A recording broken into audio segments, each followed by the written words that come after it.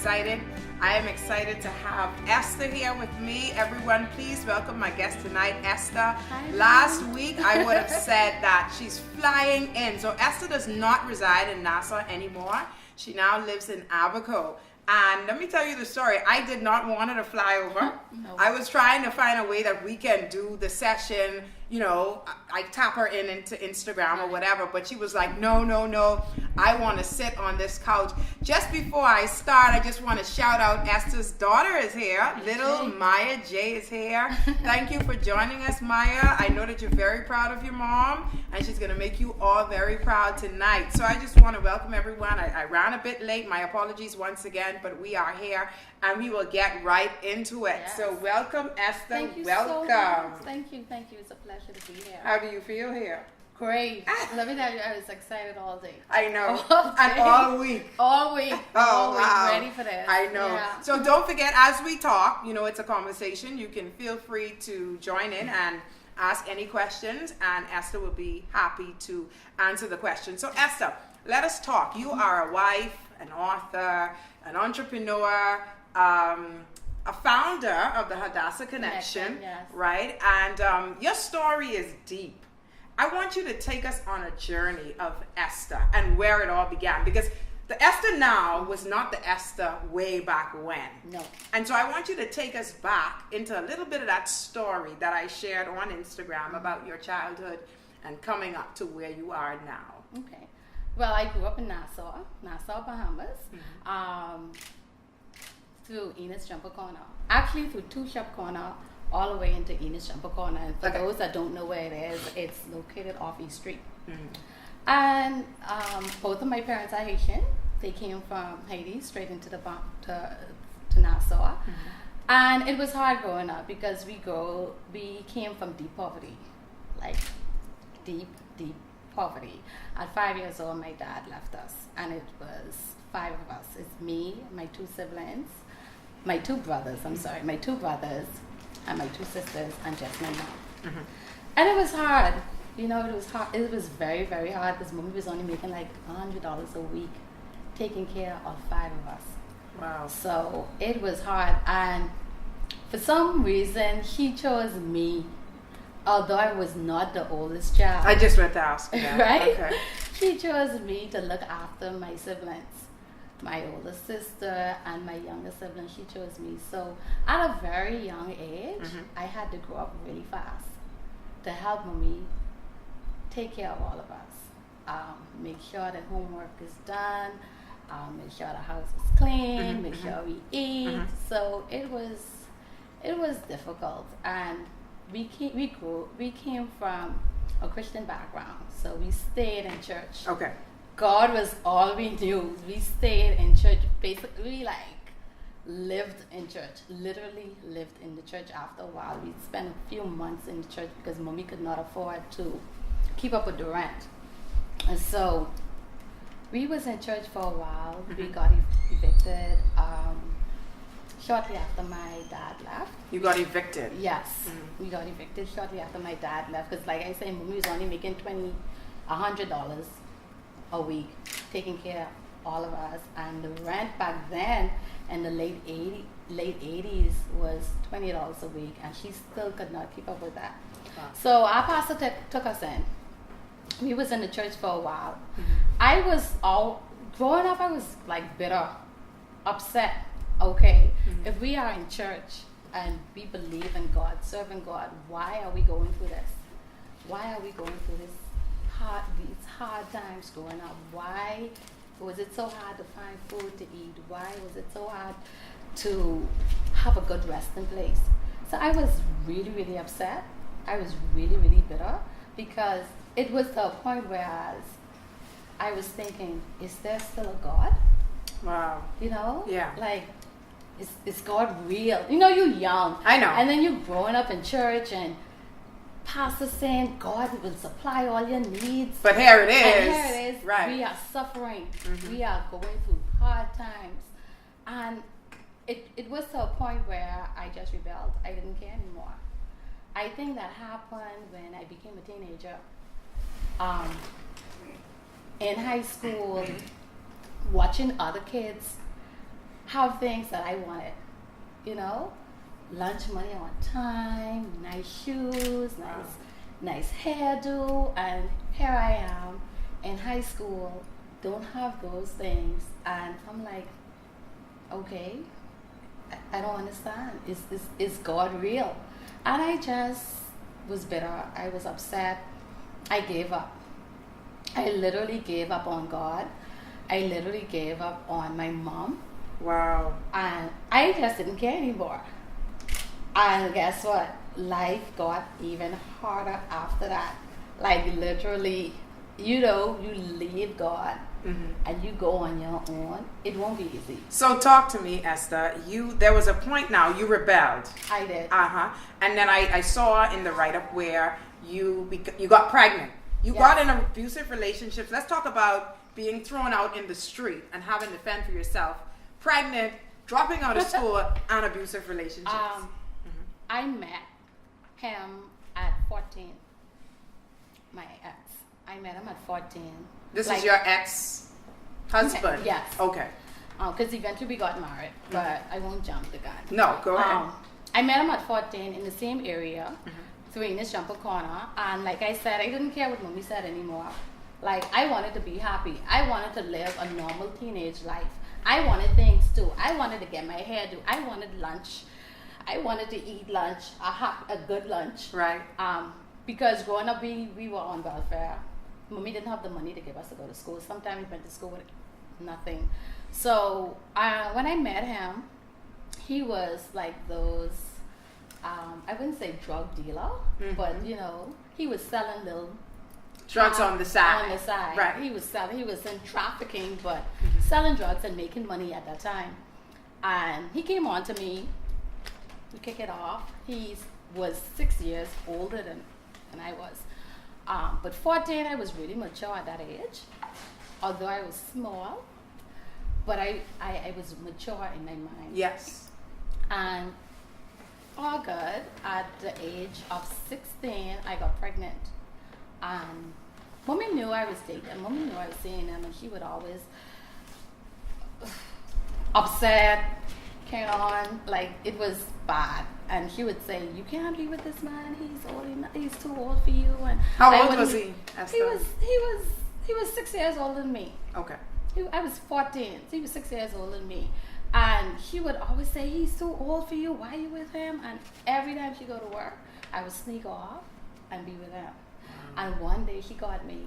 And let me tell you, I got beaten out of the world. Mommy beat me. When she found out I was pregnant, I didn't care. At that time, I didn't care. My ex was helping me out. My ex was giving me money that I wasn't used to, because, you know, I was still a child. Right. Mommy never gave it to me. So here is that you have this older guy in your life. You from deep in poverty. You don't know money. And someone just offering it to you, just giving it to you. New money. Like, you know? And okay, I could go get my hair do. I could buy groceries, put in the house for my siblings and I. And a lot of times I used to hide the grocery because I didn't want mommy to find out, okay, I'm getting money from this guy. Right. Bringing grocery in the house. So I used to hide it under the bed. But you brought it to feed your siblings. Yeah. And they knew about it. They loved it. Like, that's food. Right.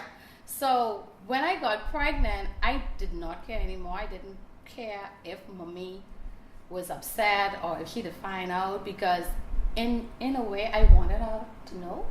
I think I got pregnant for attention.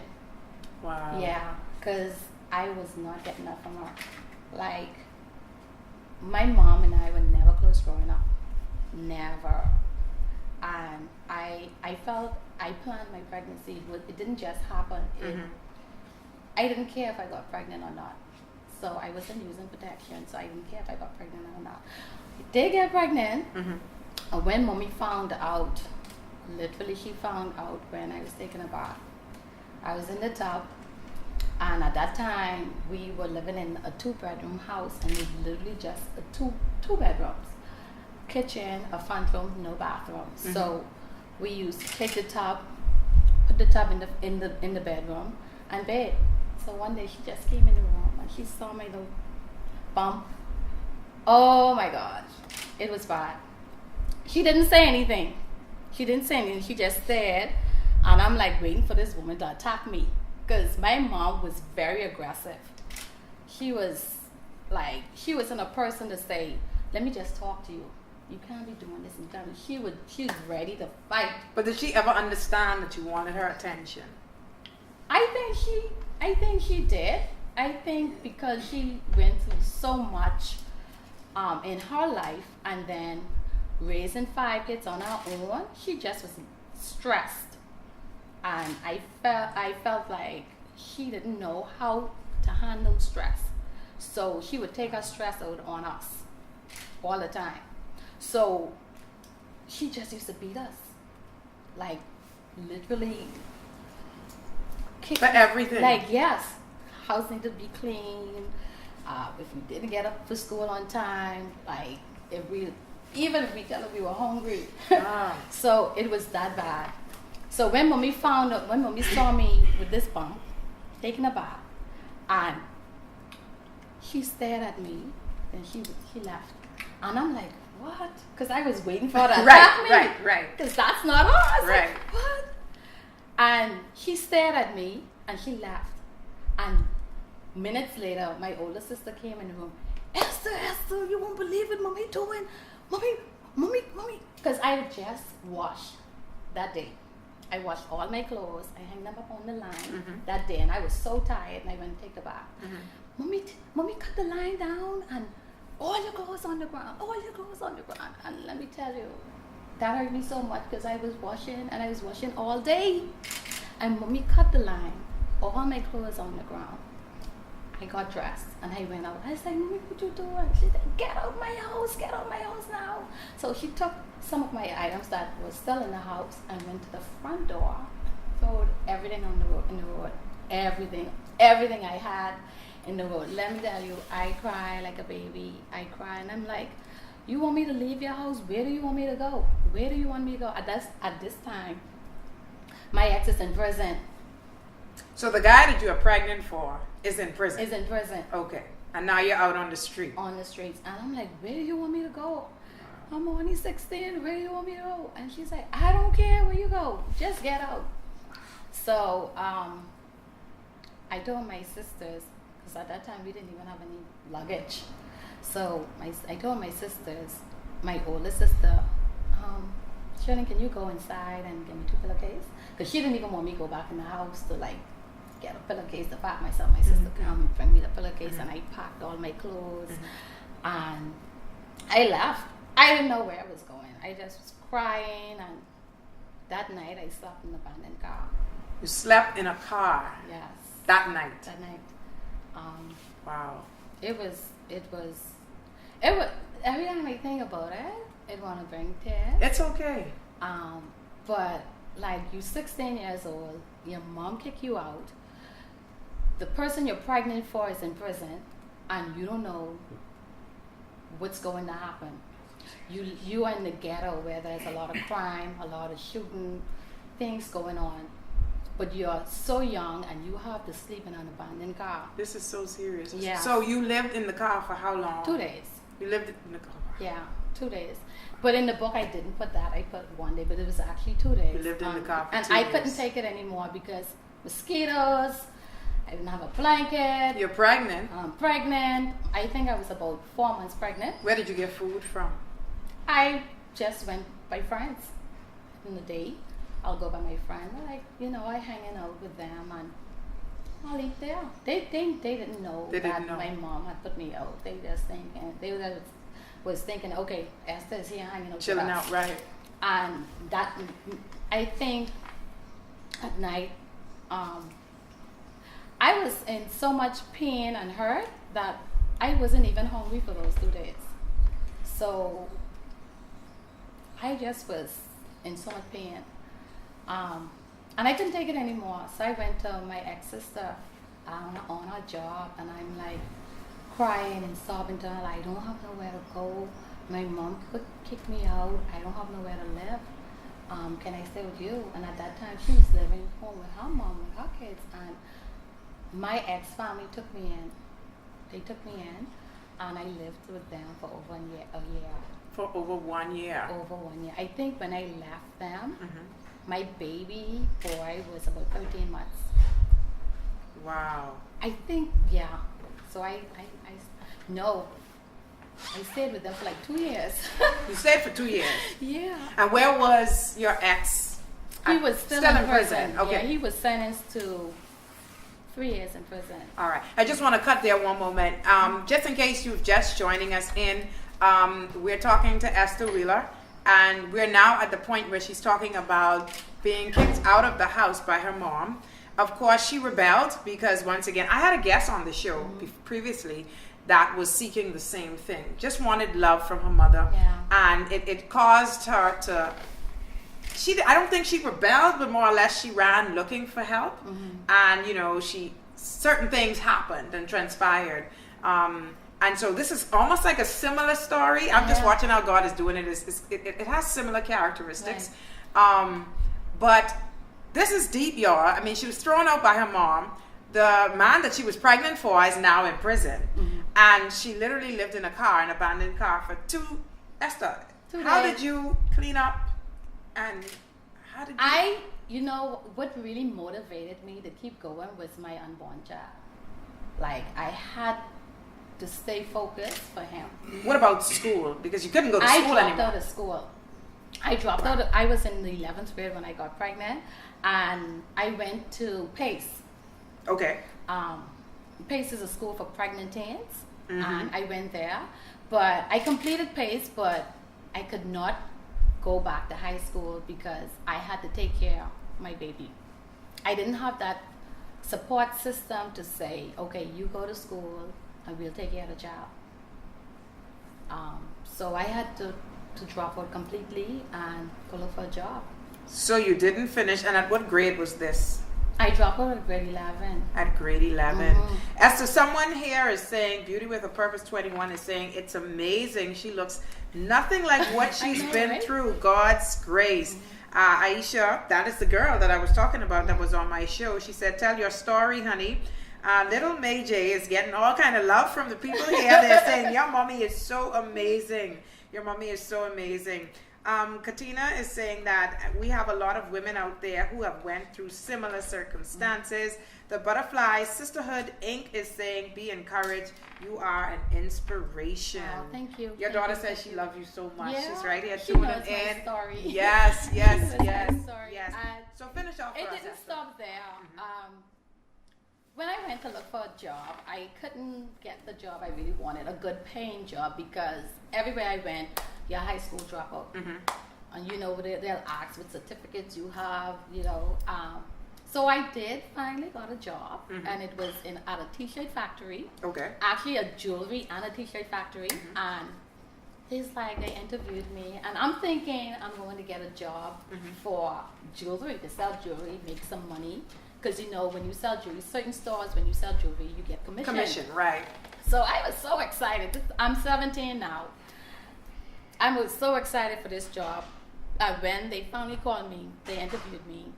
They said, you're hired. The first day, I got all dressed up, a little bit of makeup on, nice skirt, little heels. And I went. And they're like, no, you're not working the jewelry. I'm like, but I got hired. No, you're working on the floor selling t-shirts. So you went there to sell some jewelry, and now you're selling t-shirts. I was so hurt. I was like, what? So yeah, you're working on the floor selling t-shirts. So at that time, I was making $109 a week. And this $109, like I said, my book had to take care of me, had to take care of the baby, and had to take care of my ex who's in prison. Because, I still was with him, I still was in love with him, and I was willing to wait on him. Making $109 a week. Wow. Yes. Within 3 months of being on the job, the thing about that job, what I had selling the t-shirts, if it's really busy and I'm helping customers, you give good customer service, the customer would always slip a little tip in your hand. One Friday, it was really good. Cruise ship came in, very busy. Customers were tipping me. Time to take lunch break, and I didn't want to go on lunch break because I was making some tips. And normally on a Friday, you get your paycheck. On your lunch break, you go and cash your check.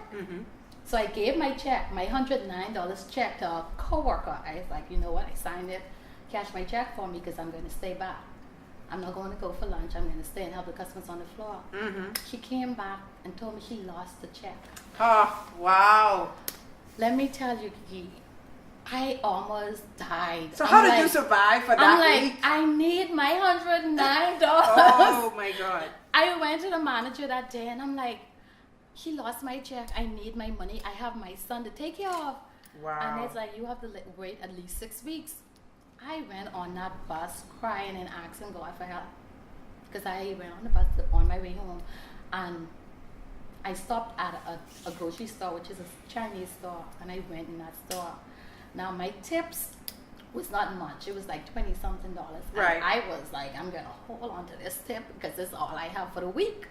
I went in that store, and I went in that store already, was plotting my mind to steal. To steal? Yes. Wow. And I went in that store, and I waited until that baby aisle was empty. Because, you know, people was walking back and forth in the store. Right, right. And I went in that aisle, and I took the whole baby milk, because I had a nice bag. I took the whole baby milk and shoved it down my back. So I'm looking around to see if anyone's looking. I shove it in my, and I'm crying now, but I'm wiping my tears. Right. I can't look suspicious. Exactly. So I went down and I saw the Pampers, my size Pampers. And I took the Pampers. I'm like, this Pampers is too big to fit in the bag. Like, this Pampers can't fit. I'm still looking, you know, watching. Right. Making sure no one come down there. I tear the Pampers open and I took as much Pampers that I could and I shoved that down my bag. Then I went to the next aisle, got a pack of cookies, a bottle of water, and I went to the cash register. Because, you know, you cannot be in the store for so long. And don't pick nothing up. My No, God. Then you become suspicious. Yes, of course they're going to think, okay, well, she was doing that all the time. Wow. So I took the box of cookies and I think it was water. And I'm waiting to get cash up. And I'm nervous. I'm a wreck. And I'm like, I hope no one saw me. But someone did see me. At that time, I didn't know right then. And when it was my time, I gave her the water, gave her the cookies, and she looked at me. And she said, take. You could go. Not saying that God honors people that steal, but he was with you. Right, and I'm like, because that's like petty theft, and you right, still can go to prison. Right, I know, right? And Right. I'm like looking at this woman, I'm like, what? And she's like, yeah, you could go. And then I said, thank you so much. And as I turned around to the aisle that I was in, big mirror. This mirror could see all through the aisle. So you were looking for the person, but right, the mirror was watching you. Right, I know those mirrors, right. I'm looking at the mirror and I could see with everything that's going through that aisle, everything. I could see everyone that's going through that aisle. So I know that lady saw me. I know that for her to tell me just I have to stop you again. Aisha, my previous guest, is saying she used to thief too, and this is similar traits. I'm telling you, she stole. She just stole for nothing. I mean, you're stealing for you stealing for something. It was just for my baby. Yes. And I'm like, I know it's wrong, but this had to be God. And I went out there and I was crying. I cried. I took the cookie. I opened the cookie. I started eating the cookie and I started crying. I was like, Lord, that woman didn't have to do that. No. She could have locked that door and called the police. Exactly. But she didn't. And that week was very, very hard for me because I only had like $20-something in my bag. And I had the milk and I had a few Pampers. But God is awesome. It is God. God is awesome. The last straw, Sonny came out. We got married. I got married at 19. So he came out finally. You got married. My son was 2 years old when he came, 2.5 years old. I waited on him for the 3 years. You dated nobody during that time? No one, just him. When he came out, I already had another job. I have to tell you the story how I got this job. It's in the book as well. Okay. I was in the store selling t-shirts, and some girls was in that store came to buy jewelry, and they were talking about sandals at that time having a job fair. Now this job fair was really big because Sandals was hiring a lot of people at that time. And they was like, we going to this interview, and they called the gentleman name. They called the manager name. They said, we gotta go see him, we're going to this interview tomorrow morning, and we're going to see the banquet manager, and his name is so and so, we're going to see him. We so excited, you know? And I'm listening to them. I'm like, okay. I already got all the information I needed. The next day I called them to work and told them I couldn't make it to work. I went to Sandals Royal Bahamian. I went to the security booth and I said I came for my job interview. Wow. Wow. You was demanding your job. I'm telling you. Wow. And they asked my name. I gave them my name. Oh, there's no name. We don't have that name. I'm like, you sure? That time. Wow. I know I'm lying, right? And I'm like, you sure? And they're like, no. I said, try again. And they tried it. Then they say, I'll call him. Now, I'm sweating, but I'm trying to keep calm because now they're going to call the manager. And then I know the manager don't know me. I know he did not tell me to come on an interview. And I'm like, okay.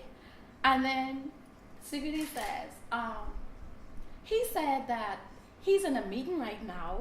Apparently you came a day early. The job fair is actually tomorrow. But he's in a meeting right now and it's going to be a while. But if you want to wait, you could wait. So hold on, let's pause. You was going to see somebody who was not expecting you. No. But you said he was expecting you. Yes. Who signed you up? That's God, man. Yes. Wow, Esther. And wow. It had to be in God because he could have told the security, I'm not expecting anybody yet. Who is she? You know? Wow. And I'm like, yeah, I could wait. That's fine. I could wait. I walked off and I started crying. Wow. I started crying. I was like, Lord, I know this is you. I said, Lord, you brought me this far. You brought them girls in that store. To talk about that. Yes. And now I am here and the gentleman said he's going to see me. 2 hours I waited. I didn't mind. If I had to wait all day, I was going to wait. And he came. I'm like, he said, hi, I'm Mr. Sherman. I'm like, hi, I'm Esther. Nice to meet you. And he said, did we talk? I said, yeah, we talked on the phone. Oh my God, there was no conversation. But after you realize that this man talks to so many people, yes, so right. you were one of them. And he's scratching his head and he's like, I don't remember. I said, yeah, we talked on the phone. And oh my you tell me about the job fair and I'm here, but you come a day early. I said, I totally forgot, but I'm like so excited. Right. That's why I came a day early. I'm sorry. He said, okay. Say, you look very young. I say, yeah, I'm 17, but I'm almost 18. And he's like, come to my office, let's talk. And he's like, so what school you graduated from? And I'm like, I'm so sorry, I didn't graduate out of school. Okay, how old are you? I'm 17. Well, we're looking, you have to be 18 and older to start working in the hotel. I'm like, I'm almost 18, my birthday's just a few months away. And then he's like, oh, I love your spirit. And he's like, what type of job do you do? I say, right now I'm at a t-shirt factory selling t-shirts, but I know y'all don't sell t-shirts here, but whatever you want me to do, I will scrub the floor, I wash the pots, I have a child to take care of. Yes. And he's like, you have a child? I say, yes, I have a child, and he's a boy, and you know, his name is Stanley, and he's an awesome baby, and he needs me to take care of him. And he's like, you know what? Write your number down. I'm going to give you a call. And what a big smile. I was a little disappointed, right. But I still kept positive. I still smiled and I told him, thank you so much, and please call me, please keep me in mind. And guess what? He did call me back. Wow. He did call me back and he's like, okay, we having a training. We already interviewed everybody. We having a training. And in order for you to get in this hotel, in this restaurant, you have to pass this training. So now we're in training to learn how to lift trays, to learn how to serve, to learn how to be a server. And if you pass, you get it. Let me tell you, I was determined. And I'm this high, right? Right. And I have to lift a tray almost big as me. And I did it. Wow. You know, when you want it so bad, when you want it, you just go after it and do what you have to do. And it was like 30, 40 of us in this class, and only about 15 of us made it. And I you was God. Yes. You got to thank God for that. God is good. God is awesome. So when my ex came out of prison, I was already set up. Wow. I rented a small little apartment, in Mason. I had my baby and I took care of him. Look at you. Yeah, I took care. And you know, when you're young, you're love struck. Tell me. That's what I would call it. Tell I was me. love struck because even though he came out of prison, he still didn't change. So talk about what he didn't change. He went back to selling drugs. Oh God. He went back to selling drugs, and I was like, what? And he's like, Esther, just for a short period of time, just until we get on our feet. As soon as we make this money, we'll move out. We'll move out the ghetto, and I'll get a good job and a legit job. And I believe them. Did he ever get a job? No. Let's talk, Esther. I want to talk because we have an hour, but we're going to run over that a bit. Right. But I want to talk about what we talk about off the camera. We were talking about him not being employed, basically, and we were talking about spirits, witchcraft, and stuff like that. Mm-hmm. Talk to us about that, the experience that you've had with, because people don't believe, a lot of people do not believe that these things exist. They do exist. And I want you to talk to us. I know you have it a bit in your book. And if you're interested, we're going to talk about Esther's book, but I'm just going to let her give us a snippet about how evil is real. Talk to us about the witchcraft, Esther, and all of that stuff. I always knew witchcraft existed, always, because in church my pastor would talk about it a lot. My mom would talk about it. My mom would talk with, not to us, but to friends about it, how witchcraft exists. Right. So I always knew from a very young child, I knew that witchcraft exists. It almost sounds unbelievable, but it's true. I found out witchcraft was over him one day walking through the shortcut, and this gentleman was calling me, and he was calling me plain like he know me, Esther, Esther, and I'm like, what? I need to talk to you. And I'm like, I knew who he was. And who was this guy? He was a warlock. This guy was a warlock. Yes. All right. They are people that practice the witchcraft. They are people that you could go to, and like, if you into witchcraft, not really into witchcraft, get things from, like, it's basically they're working for Satan. And he was in the community, and he told me that, and I was always afraid of him. I knew of him, right, but didn't really know him personally, but I knew of him. And when he came to me, I'm like, oh my God, what does this man want? Why are you coming to me? And I was scared because I already heard of him. And he's like, I don't want to hurt you. I don't want to hurt you. I just want to let you know that you're going through hard times.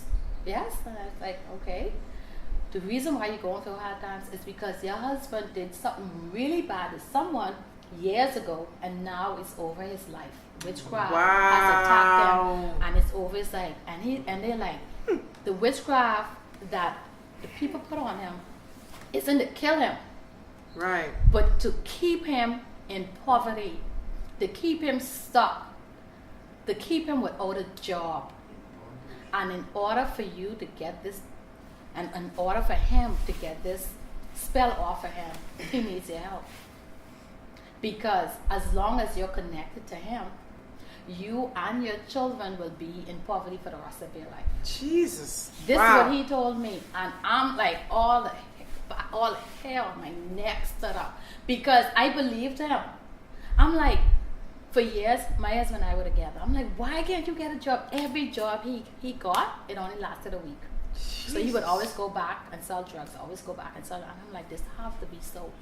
This have to be so. And I went to him and I told him about it, and he brushed it off. Like, no, witchcraft ain't real. What you talking about? You know what I mean? He was upset. He's like, no, it's not happening. It's not real.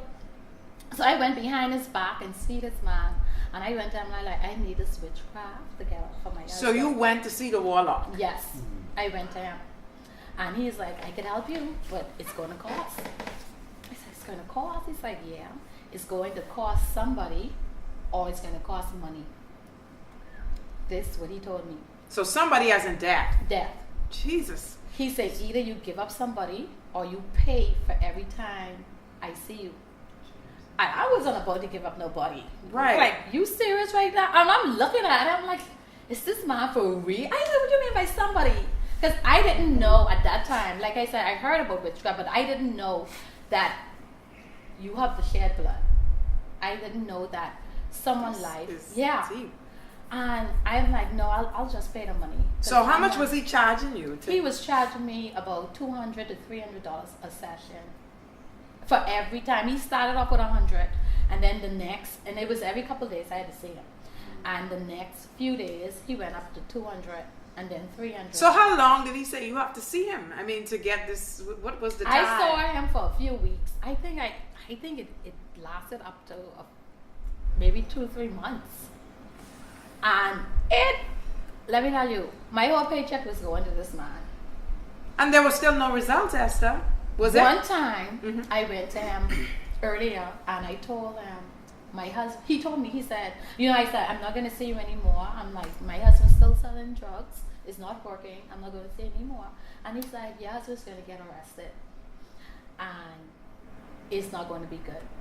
2 days after he told me my husband's going to get arrested, my husband got arrested. Oh my God. Y'all see what's happening here? Y'all see what's happening? I'm telling you. This guy had you. I mean, the warlock had you tied in. This is true story. I would not lie. I would not make it up. Oh my God.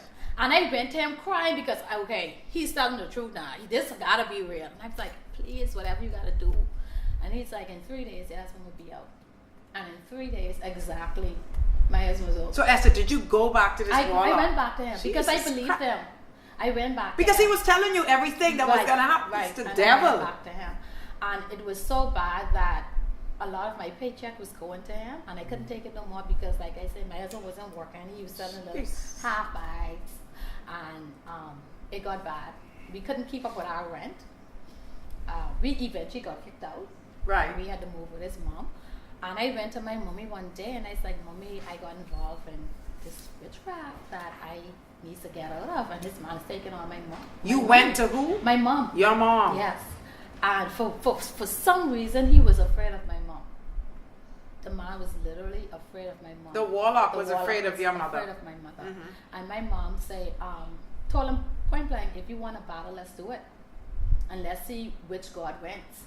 This is what my mom told him. Because my mom was always, although she was, to me, we wasn't close, she was really, really close with God. Wow. She loved the church.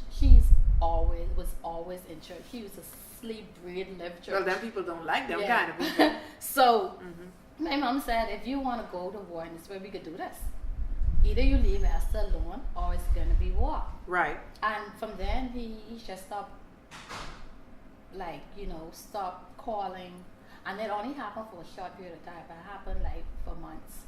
He stopped calling, then he started again. And this is how, this is one of the reasons I left Nassau. You left Nassau because of this man? One of the reasons why. Okay, all right. One of the reasons why I left Nassau. This moment's like, you have to cross the water. Because although I stopped seeing him, witchcraft was still over my life. Wow. Witchcraft was over me. It was like something was always following me. Everywhere I go, something was following me. And I kept telling my husband, we gotta get saved, you gotta go in church, you gotta get in church. And he refused. And I'm like, this ain't gonna work. You don't want to work.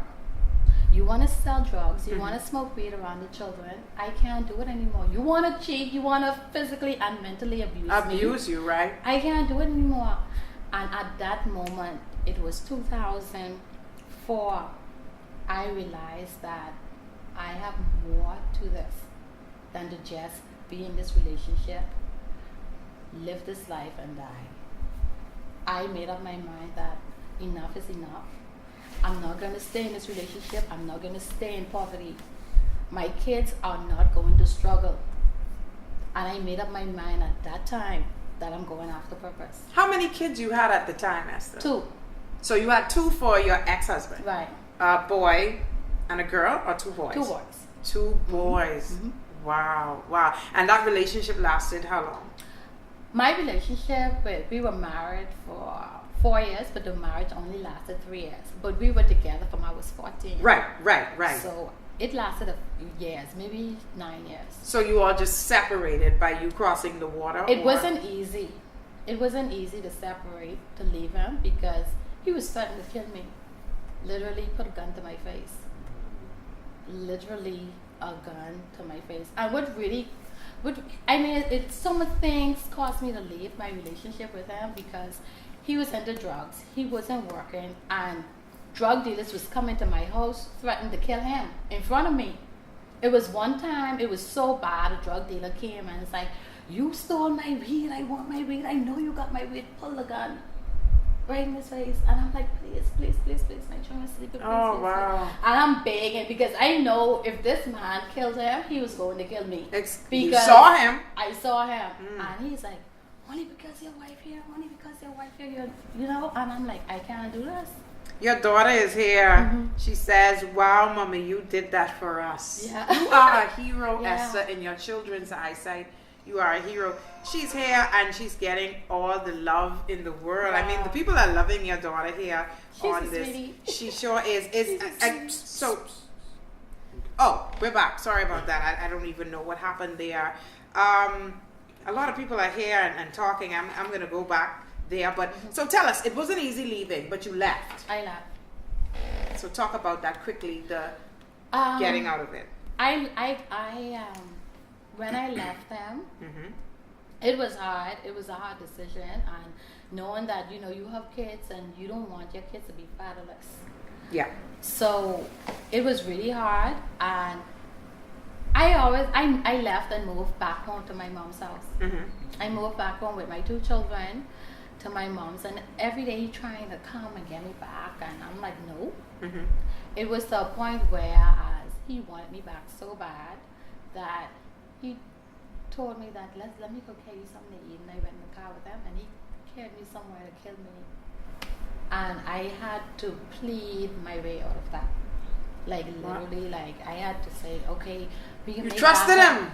Yes. Because I'm like, this is my husband, he's not going to hurt me. We have 2 children. And I pleaded with him. I was like, yes, we can make back up, we move away. I'm like pleading. And I want to stop right there. And I don't know who's watching, and this is I'm going to read some of the comments, but that there for me is a reality check, because that happened to me. Yeah. It is that they're very controlling. And they want you back. Right. And so they would do anything. And if they cannot have you, they will kill you. Right. I literally almost lost my life just like that. I was lured into a trap, and he said to me that he wanted to give me some money. Wow. And, for the baby, and we could make this work. And, you playing with emotions. There it is. You like, maybe he's telling the truth. Right. And listen, I got to cut it for about 1 hour. Oh my God. And then when we ended up to the police station, I remember him saying that I attacked him. And the police officer said, but she looked like she was in the jungle because my clothes was ripped up. My eyes, everything is swollen. My lip is bleeding. And a taxi man helped me. I literally was beaten in the head. I don't understand how somebody came to your rescue. Someone saw it because it was in the open. Wow. It was in the open. Wow. I don't know. It was in the open. Someone saw it. Someone's like, what you doing to that girl? What you doing to that girl? He's like, mind your own business. And the guy said, I'm going to call the police. And he left me. And the thing is, he was in my car. Wow. And that was reality check. That was like, you know what? I got to go. At that time, I was already dating. I was seeing somebody, which is my husband now. And my mom went to him. My mom like, you need to get Esther out of this island. Off this island. You need to get off this island. She said, you need to cross the water. If you don't cross the water, you will die. Your mother gave you the name Esther. Yes. And I always asked her, why? But you are favorite. Yes. Someone said that earlier. Esther is a powerful, powerful name. And it's 5 of us, and she named only 2 of us out of the Bible. Me and my brother, and his name is Ishmael. But Esther was an orphan girl that was raised up to be a queen. Right. And that is like you, Right, Esther. Like your life does not. Everything I went through growing up in my being a child, being a teenager in my early 20s, it was hard, but I know now that God was setting me up for purpose. Wow. I know now. God was doing it because He wanted to see how strong I was. God was setting me up for purpose. Like, guess what? You're going to be okay. You're going to go through this, but you're going to be okay. Indeed. So everything I went through was for a purpose. Was for a purpose. And purpose could be, a lot of times we look at pain as why me, but there's a purpose connected to all of that, and it's amazing because your story is powerful, Esther. I just want to read a few comments here. from the audience. Any questions? If you have any questions for Esther, please put the questions through. Let me see how far I'm going to go back. They said that the warlock was playing on your weakness. Your daughter is still here. Gigi is here. I want to thank Josette Joseph for actually connecting me to Esther and recommending this beautiful woman here to sit on my chair tonight. She just wants you to know that she's here and she's watching you. Toria, the names are kind of funny, says, and was right there singing about I'm Exuma, I'm the old bear man. Katina says, Esther, God kept you, best decision. Your daughter is saying, I love you so much, mommy. Katina is saying that's what the mental and physical abuse is all about, fear and control. She also says, look that God knows I couldn't deal with it. It's very much a part of my life because my father was an abuser. Wow. That was an experience within itself. Be Unique, who's also a former guest. Hello, Benique, welcome. She's saying that the emotional abuse is a stronghold. They feed you what you want to hear to keep you. It's a cycle that is continuous. Katina says, I can't even imagine dealing with that relationally. And so I have all these comments coming in. Please forgive me if I miss your comment, please. Bonnie242 says, thank God you found the strength to leave. Look at the woman you've become without the person you thought you needed so much back then. Wow. Aisha is saying the world needs to hear your story. That is true. And I'm putting it out there right now. I am putting it out there right now. Because, the Bible says if you decree and declare a thing, it shall be established. And this right here for me, the world really needs to hear this story. I know that a lot of people who are watching now, you'll be like, where was she all along? I thank God for bringing you to Faith Talk. I thank God for bringing you here on this chair. And I pray that even more doors open for you, Esther, and people will hear the story of Esther. But let's get back into it. So you left. I left. And you went to Abaco. I came to Abaco. I went to Abaco. You went to Abaco. Okay. With your 2 children. With my 2 boys. And how old were they at the time? My oldest was 5, going on 6. He was just 3 months shy away. I think it was about 3 months shy from being 6. And then my second boy, he was 2.5. 2.5. Yes. So how did you survive there? Who was there? It was at that time my husband family was in Abaco, and he's like, okay, let's go to Abaco, and we went. But we didn't stay with the family. We stayed in a motel for 3 months. But even when mommy told me we gotta go, I always set things up. I don't procrastinate at all. I would put things in motion. So before I even went to Abaco, I was looking through the phone books, calling all the hotels that I could find. And one particular hotel accepted me. It's like, okay, can you come on an interview? And I'm like, yeah, I can come now. I went 2 days later. And I got hired the same day I went to Abaco. Why Abaco and not Exuma or Cat Island? Because my husband's family was there. Your husband now? My husband now. Family lived in Abaco. And he's like, okay, let's go to Abaco. I have my mom and my dad lives in Abaco, and they're going to help us. And that's how we got to Abaco. Because he had family there. When I stayed there, I kept my kids back with my mom for 3 months to get set up. And I stayed there, and after 3 months we moved out of the hotel, and we found an apartment, and then I went for my kids. And even when I first went to Abaco, it was hard, but I had strong faith. I'm like, God, I know you brought me here for a reason. What did you have? Strong, crazy faith. On Faith Talk. I like to nail that right there. I went to Abaco with no money. I think I had like $100 and something. You went to Abaco with no money? No money. Your husband had a job? He had just got hired, yes. So you both really had nothing, but then his parents was there? Yeah. Okay. His parents was there. Right. And, they were willing to help us. But he got hired. He went to Abaco 2 weeks before I went. And he was like, okay, you're going to stay in Nassau, and as soon as I get set up, I'm going to send for you. And I'm like, no. I came 2 weeks later. It was hard, but it worked out. We got married 2 years later. I got pregnant with my daughter 6 months after meeting him.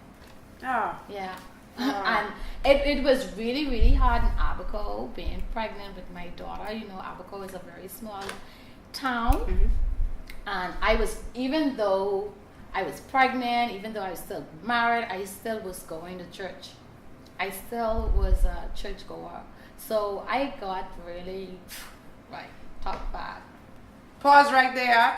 For the viewers that have been on my session with Aisha, I think she faced a similar. You and Aisha need to meet. Yeah, I got talk She's bad. the person. Just stop. She's the one that wanted to meet you. Yeah. I think that you need to. She's here, and Hi, hopefully, Aisha. I am gonna give her your number so that you all can talk, because she got pregnant, and the same thing happened with her. Right. But she said what she did was she loved church, but she just stopped going. I didn't stop. But you didn't stop. Ugh.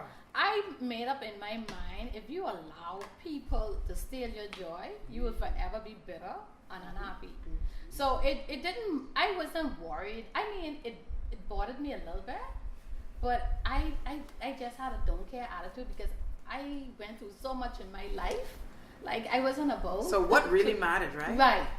So they like, oh, you're pregnant and you're married, and people who knew me in Abaco, who knew me and who knew my past, was saying it wasn't really a lot of people in Abaco, because I'm new in Abaco, not much people knew me. But it didn't bother me, because I know that God had a purpose for me. Yes. I knew in my heart that it's going to work out. Yes. So the talks in the market did not move me. It did not. No, it didn't. I did not stop going to church. I went to church with my big belly. I went to church with my daughter. I went to church every chance I got. Gotta be delivered from people. You gotta be delivered from people. I went to church every chance I got. My husband didn't go, but I went. But you went. I went. Just pause right there. I gotta keep up, because these things are rolling in, and I don't want to miss anybody out. Little Maya's asking me, when did I start the show? This started on July 22nd, to be exact, and it happened so strangely. Very quickly, I was laying in the bed, and I was wasting time, and once again, purpose. When God is calling you to do something, you have to get out there and do it. And I just heard this little voice, which was God. He said, I need you to go live on Instagram. And I was like, live to talk about what? Because I don't know who's going to be watching me. I'm not in control of my page. And he said, I want you to go on and just share your story. Right. The reason why I put you here is to share your story. So I was like, but nobody going to be checking for me. He said, you just go on. Right. And I must bless God. I remember starting off on July 22nd with about 5 people watching me. And, I would go on every other day. I would go on. To see how much. Not to see the people, but just to talk. Okay. And every day I would go on. People would come and they would join me. And it just kept growing and growing and growing. And I just bless God for all these people, because, it's not about me. Right. And one of the things that God said to me when I went on, he said, I don't want you to be concerned about who's watching. Right. I need you to understand that this is not about you. This is about me. Right. You have a personal page to control. This is my page. Right. And when God came in and he said, now I'm ready for you to bring people on and to share their story. He was like, I need you to bring authentic. You got to bring people on that are prepared to tell the truth. Right. Because you made a promise to me that you will tell the truth. Right. The whole truth and nothing but the truth. And at the same time, you're not going to discredit anyone's character. That means the people of my past, I'm not here to say that they are bad people. I am not here to discredit them. I'm basically here talking about a Kriba. Right. And everyone that has sat on my chair, I bless God for this, has been very open, very transparent, and very honest. Right. And at the end of the day, when we sum it up, everyone has this crazy faith.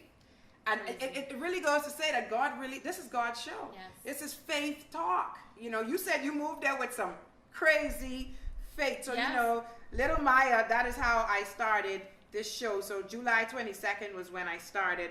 Have you seen the Warlock since? I haven't. You have not seen him since? I have not seen him. I haven't seen him since I moved to Abaco. But I have seen him again. And I'm going to talk about this in my second book. You're going to talk about it in the second yes. one. Just to stick a pin right there, Esther wrote a book already, but she's actually on her second book. This is Esther's book. I know that the Instagram session is not going to give us a lot of time.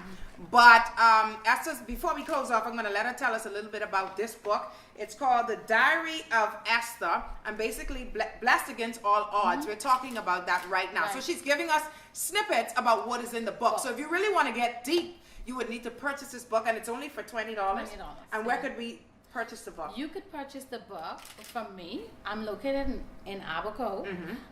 I have it at my bar and restaurant in Abaco, and it's also on Amazon. It's doing well on Amazon. It's doing well on Amazon. It's on Amazon. All you have to do is key in my name or key the name of the book, and it will pop up. It's on Amazon. Yes.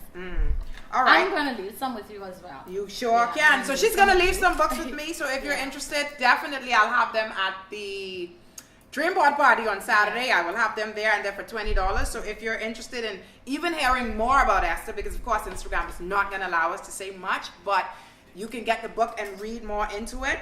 Aisha is saying, when you sit on the chair, your life changes almost instantly. Yes. This chair. Yes. Beauty with Purpose 21 said, Faith Talk guests are so inspiring. Shout out to Juju Locks and Asha 1912 as well. You all are inspiration to all. Akriba, you're doing a fantastic job. I bless God for that. Juju Locke says, I love your story, Esther. You are favored. Thank you. You are favored.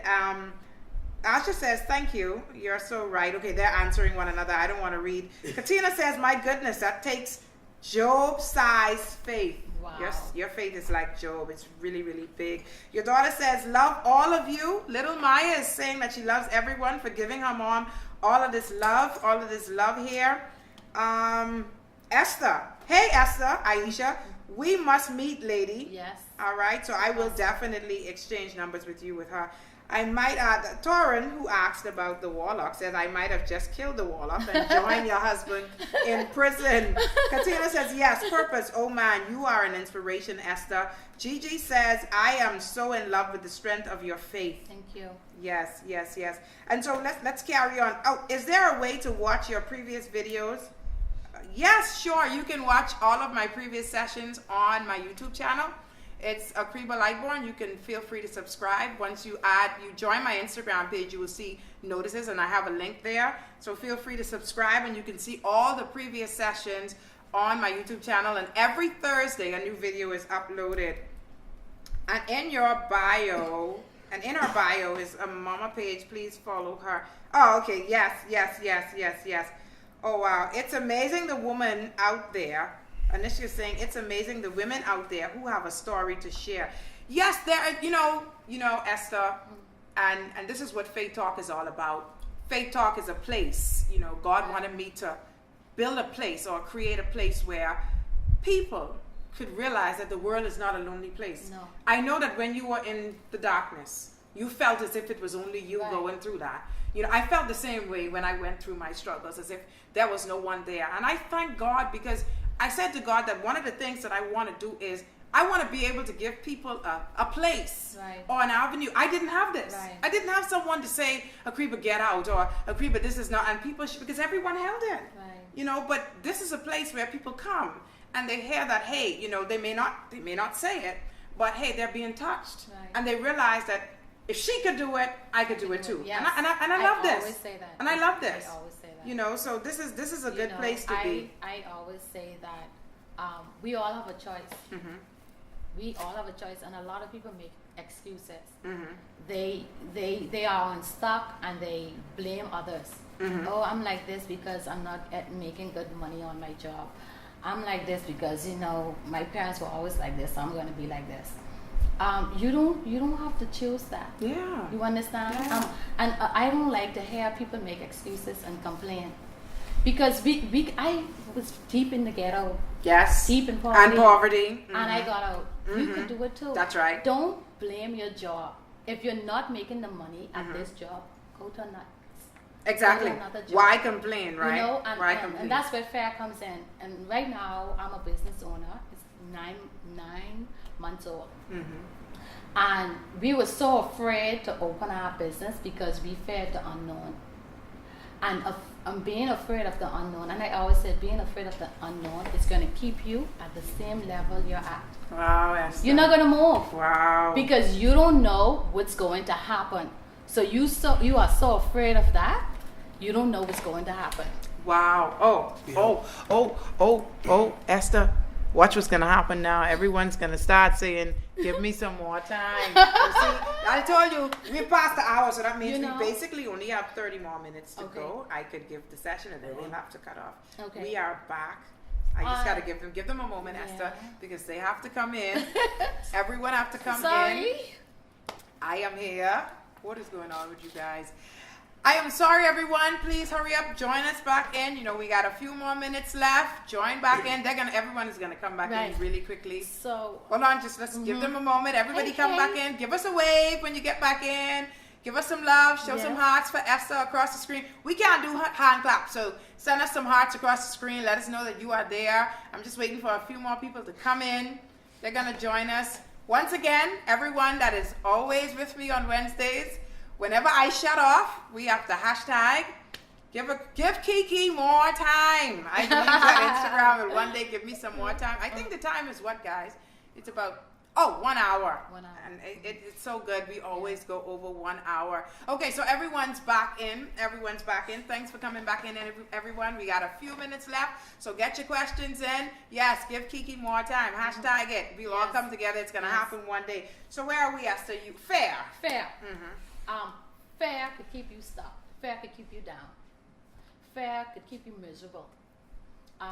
And that's what I always say. We are afraid of fair. We are afraid of the unknown. We are afraid because we don't know what's going to happen. So we settle. You know, there's this book, An Enemy Called Average. We settle.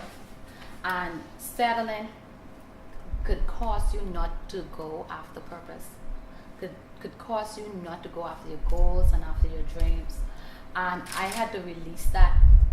And as soon as I release that fear of the unknown, as soon as I release all of that fear of being stuck, my life just started climbing up. Esther, how did you? I want to get this out of you. You dropped out of school. Yes. What was your grades like in school? I did horrible, and not that because I couldn't do better. I just wasn't into doing better. I was so broken growing up and so worried about me eating on time, so worried about my mom, so worried about my siblings. I just wasn't into school. My GPA was like a 2.5. I knew I could do better. I just was like, you know what, once I make a C, I could move on to the next level. I asked you this because you didn't stop. And something that really, really caught my attention, that's fine, Esther. Something that really caught my attention was when you said that you finished high school at the age of 31. Yes. Talk to me, because that's not normal. I know, for right? someone to finish school at 31. High school, that is. I have my kids. And I will always be down on them with education. And I was like, you got to do good. You need a good education to get a good job. You need a good education to make it. I always push them when it comes to that education. So I was always hard on them when it comes to schooling. And I'm like, okay, if I'm trying to set an example, I need to go back to school. And because kids was like, mommy, she didn't graduate herself. You know what I mean? So I'm like, I'm gonna do this not just for me, but for my kids. And I always tell them, you could be whatever you want to be. That's you right. could do whatever you want to do. That's right. It's never too late. And I went to school at 30 and graduated at 31. Wow, Esther. Yes. And not only did I graduate top of my class. I got valedictorian. Hey, send some hearts across the screen. Yes. This lady that dropped out of school went back to high school at the age of 30. And not only did she graduate, but she graduated with honors and was the valedictorian. Yes. And my kids was like, they were right there. Wow, Esther. And I did it for me and my kids. I could remember when I was pregnant with my son, and at such a young age, and people was like, she's not gonna make it. She's gonna stay in the ghetto for the rest of her life. She's gonna have more children. She's gonna have it hard. Wonder what her children gonna be like. And I told my son, you're going to college. I said, I had you at 16 and you're going to college. My son went to college at 17. Wow, and he's there now. He's we there spoke now. about him he's earlier. In Canada. He's in college at 17. Because I'm like, you're gonna be better than me. Wow. You always want to push your children to be better than you. Of course. I'm like, you go into college. Wow. I had you when I was a teenager. You're gonna be a teenager in college. And now your son is in college. 17 years old, he got accepted in college. In Canada. In Canada. Are y'all hearing this? Yes. Because I think, like I said, God sets you up God set you up. I went through everything to be a better mother than my mom. Yes. And to break the cycle. Right. To break the cycle. Because you said your mom had some... My mom didn't know how... I felt like she didn't know how to love us because of what she went did through. not get it. Right. So how could you expect her to And get I it? always would say to myself growing up, when I have my children, I'm not going to treat my children like this. I'm not going to be beaten up on my children. And you know the Bible says, spare the rod, spoil the child. Right. The Bible says that, but I haven't had that experience because I don't beat my kids. I have 3. My oldest son I think he got beaten for me once, and he was maybe 5, 6. And all of my kids are sweet. And they honor you. Yes. Well, little Maya here. Let me tell you, it's maybe because I got so much beaten growing up. Like, I'm not going to beat my kids. I'm going to find other ways to discipline them. And it works for me. It might not work for everybody else, but it works for me. My sons, my children never, ever disrespected me. Never. I tell you, they worship me. They never, ever disrespected me. And I was not about to treat my children the way my mom treated me. Because you got to realize, kids don't stay kids forever. That's right. Amen. They're going to get older, and you're going to get older. You're going to be old and gray. And because the way you mistreat your children when they were growing up, they're not going to check for you. So tell me, Esther, how is your relationship with your mother? My mom and I still don't have a close relationship, but I call her. She doesn't live in the Bahamas anymore. She lives in New York. Oh, okay. Yeah. I feel that we have a better relationship. Yeah. Away from each other. The distance. Yes. So, I call her from time to time. And she know the grandchildren? Yeah, she know all of the kids. Good. They were with her for a few years. That's awesome. Yeah, but it's still we still talk, but it's not like oh, mommy and daughter. Yeah, I understand. What about your siblings? Where's everyone? My 2 siblings, my 2 sisters are here. My 2 sisters are in Nassau. One of my younger brother, he's my younger brother. One of my brothers, he's in Miami, and my other brother is in Abaco. But my siblings and I were always close. Always close. And I think they respect you. Yeah. Even the older one too, because you have to take care of everyone. Let me tell you, we are always close because it started off from young. I could remember we didn't have a TV, so I'll go to school, read of the library, and come back home and tell them stories. So we'll set a little circle, and we'll light the candle, and I'll tell scary stories, not scary movies, scary stories. I would tell them stories, and they would be so intrigued. They're like, "What else? When you came back to read?" But you were born to do this. Yeah. You were born to write books. You were in the library just reading. Yeah. Think about it. Yeah. We talked about that off the set, where I said, a lot of times your purpose is trapped into the things that you did. Right. And only because you're not pursuing it, you don't realize it. Right. But that's it right there. You stayed in the library, reading. And that's why right now, Esther, you can't stop writing. I stay writing. I think I have 2 books, but I'm only going to publish 1. My God. My God. Yeah. My God. So my siblings and I are really close. My sisters, they support me when I come here. We hang out. We're close, and I thank God for that. God bless you. We only had one another. Yes. We didn't have nobody else. Yes. So talk to me, Esther, about love. Love found you. Yes. And love really loves you. Oh, yes. Let's talk about my husband loves me. He loves me. And he is the bestest husband oh my God. in the... He is sweet, and I would say this about him, he has my back 100%. Like, he has my back. He's like, Esther, whatever you want to do, I'm down for, because there's greatness in you. Yeah. There's greatness in you, and he's like, you're going to do good. And when I started to write my book, my son and my husband was with me at that time, and I'm like, I'm going to write a book. And my husband's like, you can write a book? And I'm like, yeah. My son said, let's go for it. My son set up the laptop for me, and I started to write. And I would say, if it wasn't for my husband, I don't know how far I would be in life. I don't know how far I don't know where I would be right now, because he has supported me even with the witchcraft. Let me tell you, it was so bad in Abaco that was still on me. It was to a point where I thought I was literally going crazy. I took off all of my clothes one day, like everything, and ran outside. Oh, wow. I'm telling you. Oh, wow. Like, things were touching me, and I'm like, what's touching me? I'm in Abaco now. But when you have that over you, wherever you go, it's going to be on you. And I'm like, something's under my clothes, and I'm taking it off, and I took it all off, and I still feel something touching me, and I ran outside. My husband came home one day from work, and he saw that, and he said, Esther, what you doing? He took off his jacket, he put it over me. Now, that would cost a man to leave a woman. But he didn't. He stayed with me. Wow.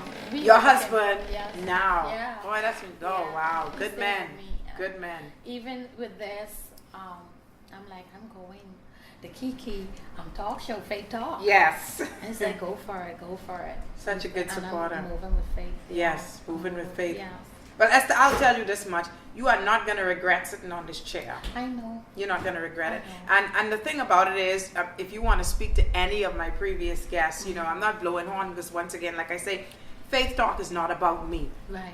It is not about me. I don't want it to be about me. Right. I don't want to be famous. I want to be famous in God. I want to be out there and tell God the good news because God brought me from a long way. Yeah. And it's not like I was not born in poverty, but my story is the decisions that I made. Yes. I lived life free. Right. You know what I mean? But, you know, I give God all the glory and honor because through it all, he protected me. He Yes. protected my character. He protected my name and everything. I could have been dead, Right. but I'm here. Yeah. You know what I mean? And these are the things that we got to be so thankful for. And it's not, I just want to, I'm not afraid to share my story with the world. And I don't want you to be afraid. And I know, am not. well, I know you're not because you're writing when everything. When I wrote the book, my editor is like, you know, this is your story. Are you ready for this? I'm like, yeah. This is it, Esther. I'm like, someone needs to hear this. Someone needs to hear it. Because we have a lot of persons that went through it, that is still going through it, and they feel alone. They feel like it's only them. But someone needs to hear that, okay, you're going through it, but you're not going to stay there. That's right. I Amen. did not stay there. Amen. And so so anyone can do it. Anyone can do it. And the sky is the limit, but false evidence appearing Yes. real Yes. pops up. And procrastination pops up. All of these things pop up, and then we Right. just don't Right. we just don't go on with it. Right. If Wow. I didn't release the spirit of fear, I might have still Trapped in everything, Esther. and right where I was at, I would have still been in Mason Edition. If I didn't release the spirit of fear, if I didn't like, this marriage is no good for me. A lot of people stay in marriages knowing that it's not good for them. And because they are afraid to move on because they don't know what's going to happen, or they are afraid to move on because they don't know what other people is going to say, family, friends. Oh, it didn't work, or it failed. They are so afraid of failure, they stay in that situation, and it's eating them alive. Wow. Let's read some more comments. And this is our last comment session, so get it all in because I want Esther to give us a little information before she go about her foundation. Editor. Oh, Dr. your Evans. editor is here. Where is she? Dr. Dr. Evans. Where is she? What's the Samantha name? Evans. I need to see it. You see it, but I don't see it. Miss Gigi 242. No, that's Gisette. Okay. She That's who said recommended Dr. you. Evans was a godsend. Yes, Okay. that's who recommended you. Okay. So Unique says, education has no age. It's never too late to learn. Glad you went back for your high school diploma. You show others it is possible. You are an inspiration. Katina says, wow, it's so amazing, yet sad. So many mothers do not know how to love. Gigi said, you broke the cycle. Yes. Torian says, breaking the generational curse of dumb. I think I said that right. Yes, of dumb. Miss Gigi says her sisters are beautiful souls. Beauty with a Purpose 21 says the process is necessary for the purpose. Katina says it's just amazing, the humility, truly amazing. My God, complete restoration. It's only God. Juju Locke says she loves it. Wow. Humility, everyone's saying that. Oh, your daughter says, good night, Mommy. I love you. Yeah, she has to go to bed. Yes, it's bedtime. Thanks for joining us, Maya. You are an inspiration here as well. You are strength to your mom. So tell us, this is our last part now. Tell us about the Hadassah Connection. You founded something Yes. recently called the Hadassah Connection. Yes. Tell us about that. What is it all about? Okay, my editor, which is she's my market manager also. And that is Dr. Evans. Dr. Evans, yeah, he edited my book, and I wanted to start the Hadassah Connection. The Hadassah Connection it's a movement for me, whereas I go and inspire, encourage, and motivate somebody on not to give up. Go after your goals. It's never too late, because we have a lot of teenagers, believe it or not, are really stressed out where they are suicidal. They are ready to give up because they feel because they're young, nobody's checking for them. Right. Especially if they come from a broken home where there's just mommy or just daddy. And right now, in this time, it's really bad. We have young men, because daddy was not there, they rebel. They're getting themselves in all type of problems. So the Hadassah Connection is to uplift someone that, guess what, if I could get out and make it, you can. So it's a movement that I go and speak to young people. And I'm starting with the young people now because the young people need us. Yes. And I'm very excited about it. When I first launched the Hadassah Connection, I did it in Nassau. And now we have a school. Dr. Evans has a school, ITAF. It takes a village. This school is not just a regular school. It's a school for persons who dropped out of high school, did not receive a high school diploma, or finished the grade 12 level, right, but did not receive a high school diploma because of their GPA. So you go back to this school it's a second chance to get your high school diploma. Is that where you went? No, this school ITAB is only a year old.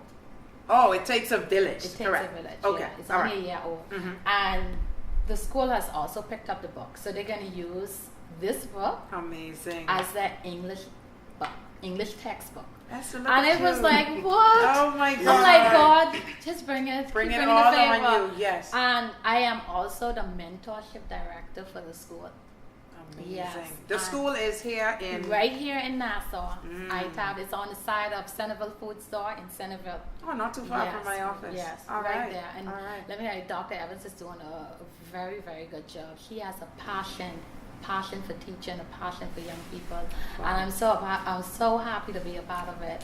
To know that the book is only been out not even a year. Your January, book. This book. Right. And for school to pick it up, and it's blessed a lot of people. It's blessed a lot of young people. Let me tell you, when this book first came out, I did not have the amount of faith that I have now. When the book came out, I'm like, okay, just a few people's gonna buy it. A few persons gonna buy it. It's not Right. gonna be a bestseller. The book is a 5-star on Amazon, and I'm like, who was selling it and was just calling, and they love the book. It's a very, very good read. It's going to bless you.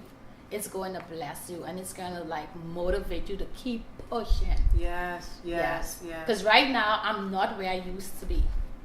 I am now a mother, a wife, An entrepreneur. An entrepreneur. I a have my speaker. business, a Yes, speaker, talking. and I'm on Kiki Talk. Yes, Show. you're on Play Talk. I'm so You know, happy to have like you who would here. ever thought? Right. A young girl who was sleeping in the car, That's right.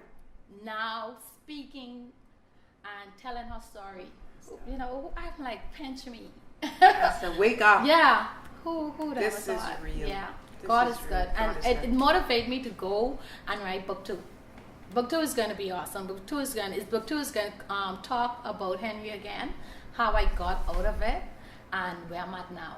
Wow, amazing, Yes. amazing. But this is I could talk to you all night, Yeah. Esther. From I met Esther, we've been talking, Yes. and it feels as if I've known Esther for a very long time. Very humble spirit. So how many platforms have you been on so far? How many speaking Wow. engagements? Are you doing as much as you would expect to I do? just started. You just When started. I first launched the Hadassah Connection, I did 3 speaking engagements. One was at ITAB, and the next one was at the college. At the college. Yes, Dr. Evans. Which college? It was Success. I think Okay, that's Success the- Training College. Yes, but I don't think the name Success, it's another name for it. I'm not sure. The Business Institute. The Business Institute. Oh, it's not Success anymore. I'm not It's sure. the Business Institute. I haven't heard about The Success Business in a while. Institute, that's Okay. the name of it. All right. And I spoke to Kiki goes there, right? Gigi, yes, Gigi. What is it? BIBT. Okay, that's it. BIBT. Yes, yes. you spoke there. I spoke there to 2 different classes, and let me tell you, Gigi could tell you, they didn't want me to leave. She told me. I mean, when she came to my office the next day, she said, Miss Lightbourne, it is someone I need you to know. I want you to meet her. It was a couple of them were crying, like, oh my God, she you told pulled me. my file. She told me. You're talking about me. This is what really but this is what people need, Esther. And I want to say to you, like I said to someone on my chair before, that this is now. You coming here is a big deal. Wow, thank you so much. This is a big deal because this is a faith move. You left to come here. Right. You didn't need to come here. No. Technology would have it that we would be able to speak without you sitting here with me. But the fact that you took faith and you just hopped on a plane and you said, no, I'm coming. Yes. You know, I appreciate that. God bless you so much. Esther. And I want the world to hear your story. Yes. This is not the end for you, Esther. Someone here is going to be watching. This is just the beginning. Oh, yes, it is. Someone's going to be watching, Esther. I want to see you have articles in the newspaper. Right. You ever? I want to see you there in the newspaper. I want to see you at more schools. I see you at the Girls Industrial School. I see you there. You so much. I see you there. No, you need to go there. Yeah. I see you there because it is necessary. And the reason why you are necessary there is because rehabilitation starts where they're at. Right. They're going to come back into society and they need your story. They need my story, yes. But you know what? You got to walk on faith. Yes. And you got to go there. You got to go there. God is going to make some moves, but you got to go there. Just yesterday, I got a call from a school. Every child counts in Nassau, in Abaco. All right. And they're like, when can you come to speak? All right. I'm like, okay. As Go, soon as I Esther. get back, I'm going to set a date. Don't stop going. Yes. Find out what it is to put articles in the paper. People need to hear your story. And it's nothing to hide from. No. It's in the book. It's in the book. And it's about you. You lived it. Everything is in the book. And I'm not ashamed of it. It's my past, and it strengthened me. And it's healing. Yeah. It's healing. And you know, after I wrote the book, I felt so much better. I felt like I just released something that I needed to release. So I am not afraid of what bad side people have to That's say about okay. the book. Look at you now. It's blessing many. Look at you now. Can somebody give me a pen? Is there a pen around, Esther? I would want to purchase this book from you, Thank please. you. I would want to put this in my library, and I'm going to be encouraging. I want you to sign it for me if it's not signed as yet. I want that $1 million signature in here. Everyone, please, you got to get this book from the Diary of Esther, Blessed Against All Odds. It's also on Amazon. For you attending the Dream Board party, I will have this. She's going to leave a few with me, so I'm going to have them on sale, and it's just for $20. But this is knowledge. This is knowledge. Buy it, give it, let it be a gift to someone. Yes, someone may be hurting that you know Yes. and may not have tuned into this session tonight, but of course, because of time, Esther was not able to tell us as much, but in this book, you will get it all. All right, so feel free to see me at the Dream Board party, or just hit me up in the DM and, let me know that, my people at the back are laughing at me because I said in the DM. But yeah, and I'll be happy to, connect you with the book and also with Esther. I'll be posting all of her information under, I post a picture after every session. I would put her information there. Feel free to follow her journey. It's not going to be the end of Esther. And you want to be able to say, you know what? I was on Faith Talk with Esther. Yes. She answered a question for me because this is major. This is major, Esther. The world needs you and people need you. And I thank God for you because... Thank you. Wow, this was powerful. Yes. Oh, Gigi said, don't forget to sign mine. You know what I'm going to do? The books that Esther leave with me, can you sign them? Yes. You can sign them. I can sign God bless you. I'm going to have her sign them so you can get a signed copy from Esther. And God is so good to me that so far, everyone that has sat on my chair except one, but she's in the making, are authors. Everyone wrote a book. Oh, wow. One of them has already written 4 books, and I think she's going on her 5th book. She's non-stop. So when I come back on your chair, I'll have my second book. Now. Oh, God bless you. God bless it's you. It's a sequel. God bless you. Yeah. And it's a lesson for me because I have to keep writing. Yeah. Because I have all the authors coming here on my chair, so it's telling me something. But, as always, I have a surprise for my guest. It's not a shirt, no. But last week, excuse me, I'm off the camera for a bit. Last week, Esther celebrated our birthday all the way in Abaco. Esther's birthday was on October 11th. And of course, you know, we wanted to do the show, I think, on October 11th, but I think someone else was coming on, and she said it was her birthday. I wasn't there to celebrate with you, and we weren't there to celebrate with you, so I want to wish you a happy birthday. That's a nice chocolate cake from me to you. Oh my God. And a good thank you. I will definitely, I usually give the t-shirts, but when the line come out, I'm definitely gonna ship a t-shirt over to you so that you can rock one of my fake tees. But everyone is saying happy belated birthday. Yes, Thank please you so much. Send some hearts across the screen. Give Esther some love. October 11th was her birthday, and it made her 36. I know I'm getting old. Esther's 36, but she looks 17. I mean, the camera is doing no justice. Esther is about this feet. She's about this tall. I'm taller than somebody. Yeah. But she's how many kids do you have? 3. 3 kids. My kids, like, my daughter's almost the same. Oh, wow. My boys are like up there. Wow, everyone is saying happy birthday, happy belated birthday, Esther. But before I close off, is there any final thing that you want to say to the viewers? I want to say to keep pushing, and whatever you want to do in life, don't give up, and don't allow fear to paralyze you and stop you.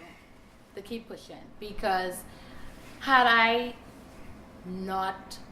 stay unstuck and not decide to go after my goals and my dreams, I would not be in this chair today. Don't allow your past to define you. Your past doesn't make you.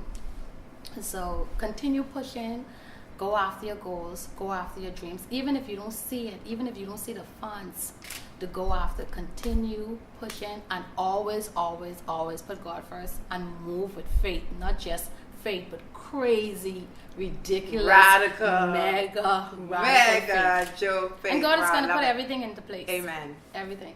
Amen. Amen.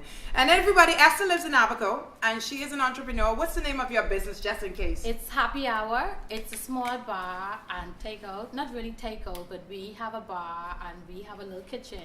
We sell conch salad. It looks like a little mini fish fry over here. Okay. All right. But it's really good. It's doing good. Thank God for that.